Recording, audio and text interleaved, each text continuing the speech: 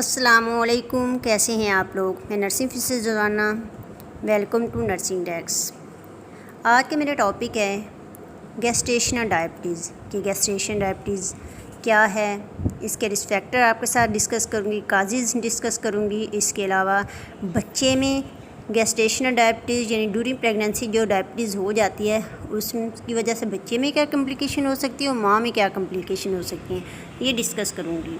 سب سے پہلے تو ہمیں یہ پتہ ہونا چاہیے کہ ڈائبٹیز میلائٹس کیا ہے، یعنی ذیابیطس کیا ہے۔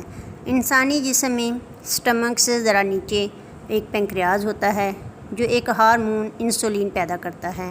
انسان جو بھی خوراک کھاتا ہے اس خوراک کا اکثر حصہ خاص کر میٹھی اور نشاستہ والی اشیاء مثلا روٹی یا آلو شوگر میں تبدیل ہو جاتے ہیں۔ اس شوگر کو گلوکوز کہتے ہیں۔ گلوکوز بلڈ سرکولیشن کے ذریعے انسانی جسم میں سرکولیٹ کرتا ہے۔ کئی افراد میں ذیابیطس کے علاوہ کسی دوسرے عارضے کے سبب ایسی علامات پیدا ہو سکتی ہیں جس سے یہ شبہ ہو کہ ذیابیطس کا عارضہ لاحق ہو گیا ہے، جیسے کہ حاملہ خواتین میں حمل کی وجہ سے بھی زیادہ پیشاب کی حاجت ہو سکتی ہے، اور اس کی ایک وجہ یہ بھی ہو سکتی ہے کہ جب گردے خون میں شوگر کی زیادتی سے چھٹکارا حاصل کرنا چاہتے ہیں تو بھی زیادہ سے زیادہ یورین پاس کر کے شوگر کو خارج کرنے کی کوشش کرتے ہیں۔ اس کے علاوہ دوران حمل ڈیورنگ پریگننسی جسمانی ہارمونز کی مقدار میں اضافہ ہو جاتا ہے۔ ان میں سے کچھ ہارمونز خون میں شوگر کی مقدار بڑھا دیتے ہیں، جس کی وجہ سے خون میں شوگر کی زیادتی کا مسئلہ پیدا ہو جاتا ہے۔ یہ بھی ممکن ہے یہ مرض ہیریڈیٹری ہو۔ تحقیق کے ثابت ہوا ہے کہ اگر ماں کو ڈائبٹیز میلائٹس ہو تو بچے کو ڈائبٹیز میلائٹس ہونے کا صرف 1% امکان ہوتا ہے، جبکہ باپ کو اگر یہ بیماری ہو ڈائبٹیز میلائٹس ہو تو بچے میں اس ڈیزیز کی منتقلی ہونے کے 6% امکان ہوتے ہیں، یعنی 5% زیادہ ہوتے ہیں۔ ڈائبٹیز میلائٹس کی 3 اقسام ہیں۔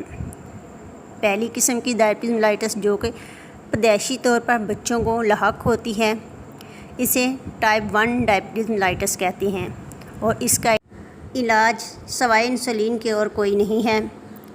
ڈائبٹیز میلائٹس کی دوسری قسم عموماً آفٹر 40 ایئرز لاحق ہوتی ہے، اسے ٹائپ 2 ڈائبٹیز میلائٹس کہا جاتا ہے۔ ڈائبٹیز میلائٹس کی تیسری قسم جس کی ابھی میں بات کر رہی ہوں گیسٹیشنل ڈائبٹیز میلائٹس، یعنی ڈیورنگ پریگننسی میں بلڈ شوگر کا ہائی ہو جانا، اس کو گیسٹیشنل ڈائبٹیز میلائٹس کہتے ہیں۔ یہ ڈائبٹیز میلائٹس جو ہوتی ہے آفٹر ڈلیوری خود بخود ختم ہو جاتی ہے اور خواتین میں وزن کی زیادتی کی وجہ سے زیادہ تر لاحق ہوتی ہے۔ گیسٹیشنل ڈائبٹیز میلائٹس کا سیکنڈ ٹرائمیسٹر میں پتہ چل جاتا ہے، یعنی 24 سے 28 ہفتوں میں، یا یہ بھی کہہ سکتے ہیں کہ 6 سے 7ویں مہینے میں گیسٹیشنل ڈائبٹیز میلائٹس جو ہوتی ہے ڈائگنوز ہو جاتی ہے۔ اب میں آپ کے ساتھ گیسٹیشنل ڈائبٹیز میلائٹس کے رسک فیکٹر شیئر کرنے لگی ہوں کہ وہ کون سے فیکٹر ہیں جس کی وجہ سے گیسٹیشنل ڈائبٹیز میلائٹس ہو سکتی ہے۔ نمبر 1، ایج اباؤٹ 25 ایئرز، یعنی اگر آپ کی عمر 25 سال سے زیادہ ہے تو ایک فیکٹر آپ کی ایج ہو سکتی ہے۔ نمبر 2، کلوز ریلیٹیو از ڈائبٹیز، قریبی رشتہ دار کو ذیابیطس ہونا۔ آپ کے قریبی رشتہ دار یعنی جن سے آپ کا خون کا رشتہ ہو، اگر ان کو ہو تو آپ کو بھی الرٹ رہنا ہے کیونکہ یہ ایک ہیریڈیٹری وراثتی ڈیزیز ہے۔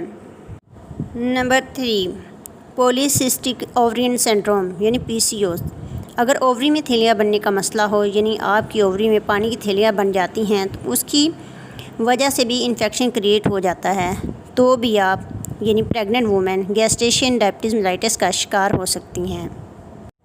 Number 4، taking medicine of asthma اور ہائی بلڈ پریشر، اس کے علاوہ اگر آپ ایستھما یا ہائی بلڈ پریشر کی کوئی میڈیسن لیتی ہیں تو بھی گیسٹیشنل ڈائبٹیز میلائٹس ہو سکتی ہے، کیونکہ اس میں بھی ایسے سالٹ یوز ہوتے ہیں جو آپ کو ڈائبٹیز میلائٹس کاز کر سکتے ہیں۔ Number 5، have had gestation diabetes mellitus before, اس کا مطلب ہے کہ اگر آپ پہلے بھی پریگننسی میں ڈائبٹیز کا شکار ہوئی تھیں تو بھی چانس ہوتا ہے سیکنڈ پریگنینسی میں بھی ہوگی، تو آپ کو الرٹ رہنا ہے۔ Number 6، have had macrosomia before. اگر آپ کا پہلا بیبی مور دین 9 پاؤنڈ تھا تو ایک سائیڈ افیکٹ ہے اور چانس ہوتا ہے کہ دوسرا بھی اوور ویٹ ہی ہوگا۔ Number 7، you are American, Asian, Hispanic, African and Pacific island. اس کے علاوہ ڈفرینٹ ایریا کے لوگ ہائی رسک پہ ہوتے ہیں جن کو گیسٹیشنل ڈائبٹیز میلائٹس ہو سکتی ہے۔ Number 8، if you are BMI is above 30۔ اگر آپ کا باڈی میس انڈیکس 30 سے زیادہ ہے، یعنی آپ اوور ویٹ ہیں، تو آپ کو شوگر کا سامنا کرنا پڑ سکتا ہے۔ اب میں آپ کے ساتھ گیسٹیشنل ڈائبٹیز میلائٹس کی وہ کمپلیکیشن شیئر کرنے لگی ہیں جو بچے میں بھی ہو سکتی ہیں اور ماں میں بھی ہوتی ہیں۔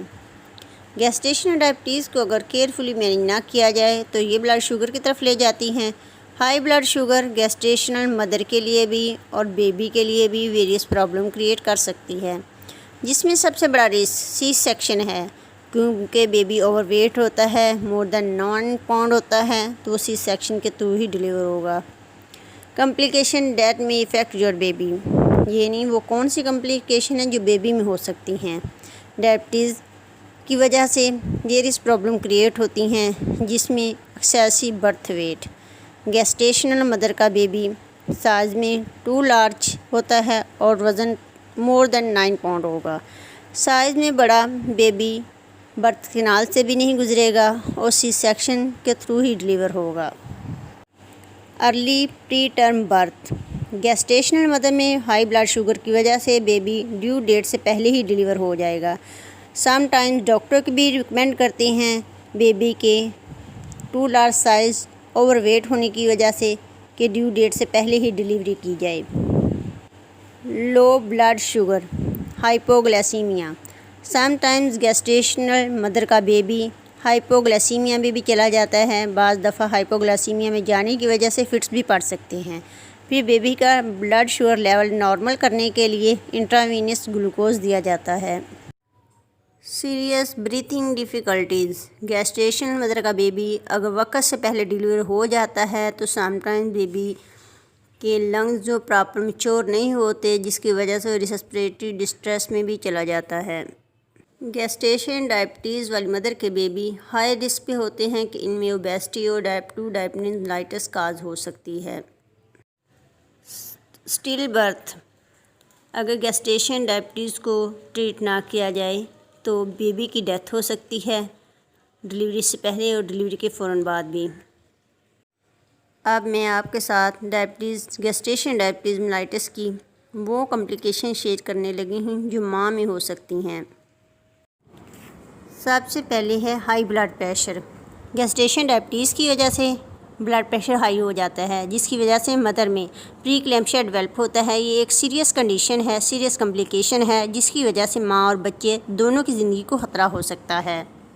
Number 2، having a surgical delivery, it's mean C section, caesarean.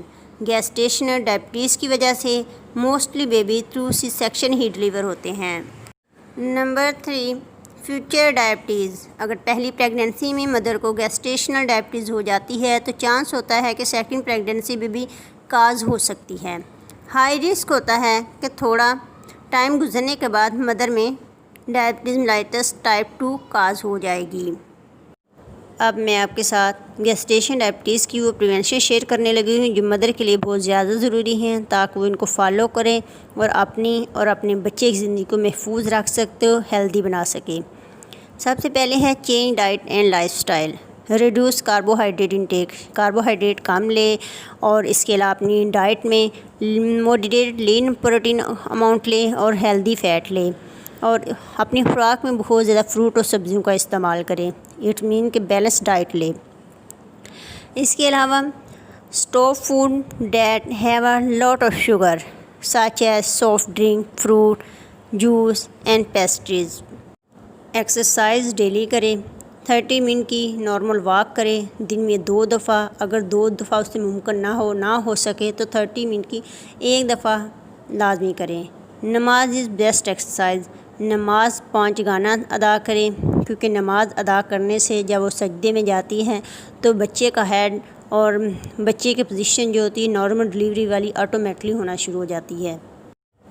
Treating گیسٹیشنل diabetes, جو مور دین 70% ہوتی ہیں وہ جسٹ ڈائٹ اور ایکسرسائز سے ہی ٹھیک رہتی ہیں، اس سے ٹریٹ ہو جاتی ہیں، اور جو تھوڑی بہت رہ جاتی ہیں میڈیکیشن سے ٹھیک ہو جاتی ہیں، اور بہت کم ایسا ہوتا ہے کہ مدر کو گیسٹیشنل مدر جو ہوتی ہے اس کو انسولین کی ضرورت پڑے، انسولین سے ان کو ٹریٹ کرنا پڑے۔ ہمارا گول آف ٹریٹمنٹ کیا ہونا چاہیے کہ ہم لوگوں نے اپنے جو بلڈ شوگر لیول ہے اس کو نارمل رکھنا ہے۔ فاسٹنگ بلڈ شوگر جو ہوگا لیس دین 95 ملی گرام ڈیسی لیٹر ہونا چاہیے، رینڈم 140 ملی گرام پر ڈیسی لیٹر ہونا چاہیے، اور ہمیں بلڈ شوگر جو ہے اپنی ایک دن میں 4 دفعہ چیک کرنی ہے، یعنی کھانا کھانے سے پہلے اور کھانا کھانے کے 2 گھنٹے کے بعد دوبارہ چیک کرنی ہے۔ اپنے گائناکولوجسٹ کے پاس آپ نے روٹین میں جانا ہے اور الٹرا ساؤنڈ بھی کروانی ہے ہر منتھ، تاکہ بیبی کے سائز کا پتہ چلتا رہے، اور اینڈ آف دا پریگننسی تک چیک اپ کرواتے رہنا ہے۔ اب لاسٹ میں آپ کے ساتھ وہ چند انسٹرکشن شیئر کرنے لگی ہوں، غلطی سے بھی آپ کی ڈائٹ سے اسکپ نہیں ہونی چاہیے۔ سب سے پہلے آپ نے اپنی ڈائٹ میں فولک ایسڈ مسٹ لینی ہے، کیونکہ یہ برین اور اسپائن کی گروتھ کو انہانس کرتی ہے، اور اسپائنا بائیفیڈا اور ادر برین کمپلیکیشن سے بچاتی ہے۔ کیلشیم، نمبر 2 کیلشیم بھی مسٹ لینا ہے۔ کیلشیم کیسے لینا ہے؟ ملک یا ملک پروڈکٹ کی صورت میں۔ وٹامن ڈی بھی لازمی ہونا چاہیے۔ اس کے علاوہ آئرن آپ کی ڈائٹ میں مسٹ ہونا چاہیے، اور اس کا ہائی سورس آف آئرن ہے لوبیا اور ریڈ میٹ۔ ریڈ میٹ اور لوبیا جو ہوتا ہے اس میں بہت زیادہ آئرن ہوتا ہے۔